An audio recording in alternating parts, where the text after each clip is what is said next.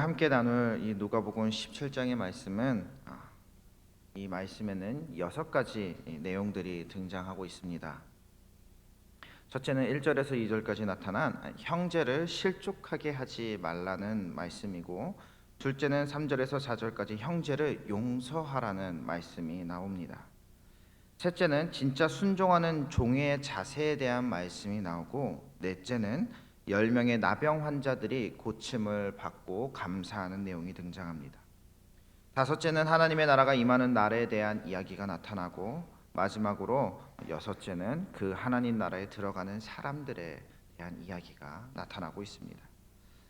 이렇게 이 누가복음 17장의 이야기는 하나님 나라의 백성된 자로서 우리가 이 땅에서 어떤 모습으로 살아가야 하는지, 그래서 어떤 사람들이 하나님 나라에 들어가게 되는지, 어떻게 들어가게 되는지 가르쳐주는 내용들이 담겨 있습니다. 첫째로 예수님은 우리에게 형제를 실족하게 하지 말라고 말씀하십니다. 물론 우리는 다 연약한 죄인들이기 때문에 종종 의도치 않게 형제들을 실족하게 하는 말과 행동들을 할 때가 있습니다. 그럼 그럴 때 우리는 어떻게 대처해야 할까요? 나 때문에 누군가가 마음이 상하고 실족했다면 당연히 예수님의 제자된 우리가 보여줘야 할 모습은 그 사람에게 사과를 건네고 위로함으로 형제가 넘어지지 않도록 내가 할 수 있는 최선을 다하는 것이겠죠. 아니, 이것은 예수님을 믿지 않는 사람이라도 하는 일입니다. 그런데 어떤 사람들은 자신으로 인해 누군가가 실족하게 되었다는 것을 알면서도 자신에겐 잘못이 없다고 말하죠. 자신은 원래 그런 사람이니 나 때문에 실족한 그 사람이 잘못이라 여기면서 끊임없이 많은 형제들을 실족하게 만드는 경우들이 있습니다. 예수님은 이런 사람들은 차라리 맷돌을 그 목에 메어서 바닷속에 던져지는 것이 나을 것이다, 이렇게 말씀하십니다. 형제를 사랑하지 않는 그 행동으로 인해 실족하게 만든 그 당사자도 온전치 못하겠지만, 또한 그 한 사람 때문에 수많은 사람들이 실족하여 예수님을 떠날 수 있기 때문이죠. 그것만큼 큰 죄가 어디 있느냐. 그러니 차라리 혼자 바닷속에 빠지는 것이 낫다는 겁니다. 그래서 누군가 나 때문에 이 교회에 못 나오겠다, 누군가 나 때문에 실족하고 넘어졌다, 그렇게 한다면 지금 내가 하나님 앞에서 얼마나 큰 죄를 짓고 있는 것인가 돌아볼 수 있어야 하는 것이죠. 둘째로 예수님은 만일 누군가 죄를 범하거든 경고하고, 그리고 회개하거든 하루에 7번이라도 용서하라고 말씀하십니다.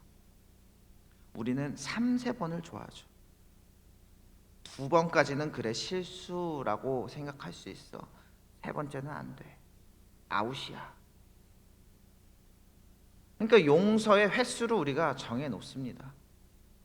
그 이상은 이제 실수가 아니라 일부러 그러는 거야, 이렇게 말하면서 용서하지 않으려고 하죠. 그런데 예수님은 하루에 7번이라도 같은 죄로 7번 죄를 짓고 오더라도 용서해 줘라. 그런데 예수님은 단순히 용서만 이야기하지 않으시고요, 용서만큼 죄에 대한 경고도 해야 함을 분명히 하십니다. 형제가 용서를 구한다면 언제든지 용서해 주는 것이 하나님의 뜻입니다. 그런데 형제가 죄를 짓고 있는 것을 알면서도 경고하지 않고 그 죄에 머무르게 하는 것도 하나님 보시기에는 결코 좋지 않다고 말씀하고 있는 것이죠. 셋째로 예수님은 진짜 순종하는 종의 자세에 대해 가르쳐 주십니다. 우리는 겉으로 스스로 하나님의 종이라고 이야기합니다. 그러면서 하나님께 순종하겠다고 결단하며 매일매일 그렇게 살아가죠. 그런데 정작 우리의 삶을, 우리의 신앙생활을 바라보면요, 하나님께 순종하는 것을 마치 어떤 대가를 바라고 기대하는 것으로, 하나님의 어떤 대가, 어떤 복을 기대하는 것으로 여길 때가 많습니다.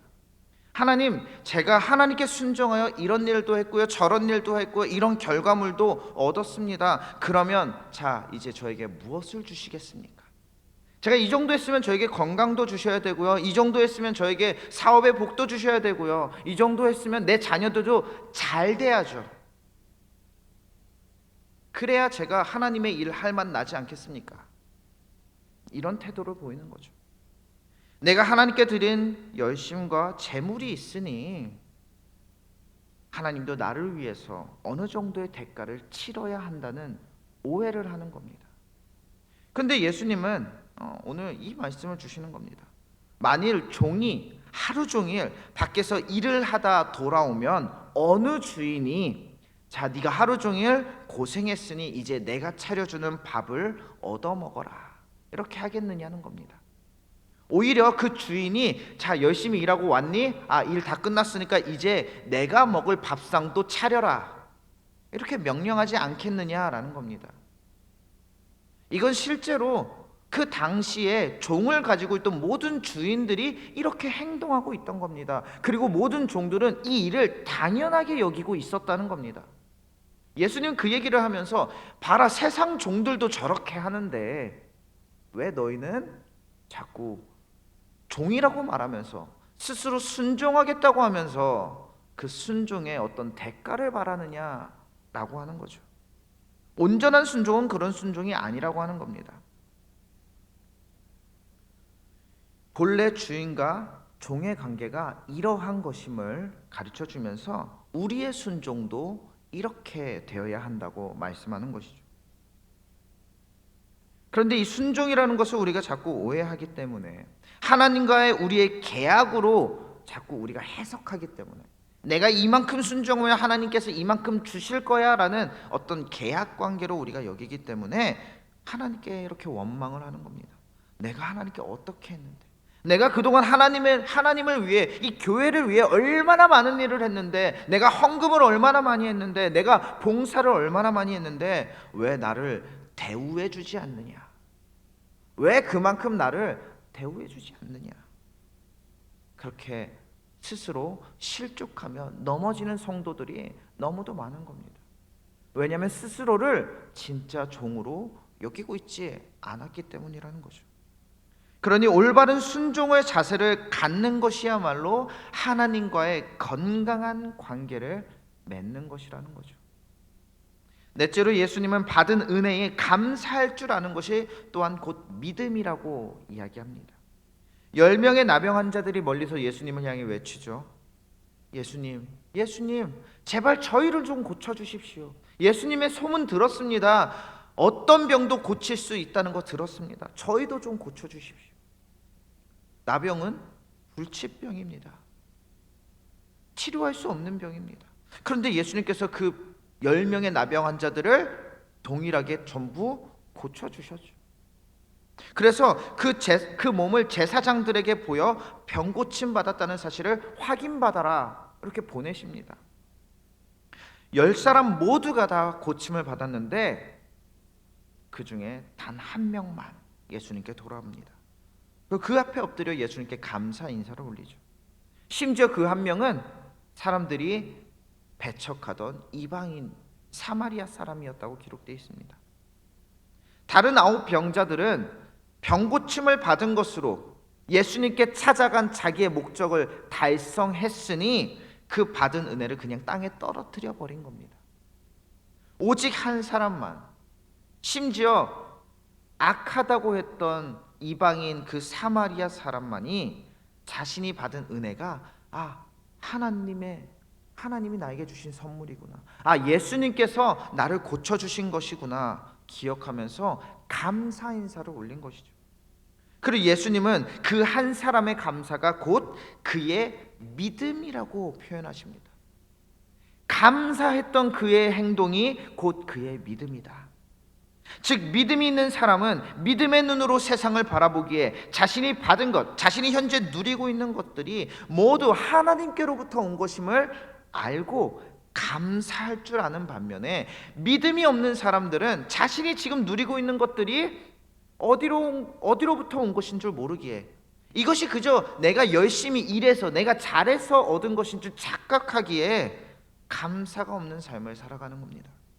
그래서 나에게 감사가 있는지 없는지, 내가 현재 무엇에 감사하며 살아가는지, 내가 현재 불평불만만 하며 살아가는 것은 아닌지 체크해 보면 내가 지금 믿음으로 살아가고 있는지 아닌지 발견할 수 있는 겁니다. 다섯 번째로 예수님은 하나님 나라의 임재에 대해 말씀하시죠. 바리새인들이 예수님께 묻습니다. 하나님의 나라는 언제 임하는 겁니까? 어느 누구도 알 수 없는, 대답할 수 없는 어려운 질문이죠. 실제로 이 질문에 어떤 정확한 날짜를 이야기한 사람들은 전부 사기꾼이었습니다. 현재도 그렇죠. 이 날짜를 누군가 진짜로 얘기하면, 하나님 나라가 몇 년, 몇 월, 며칠 온다고 얘기하면 그 사람 사기꾼이구나 생각하시면 됩니다. 근데 예수님은 당시 어느 누구도 대답하지 못한 방식으로 이 질문에 대답하십니다. 바로 하나님 나라의 실체에 대해서 가르쳐주고 있는 것이죠.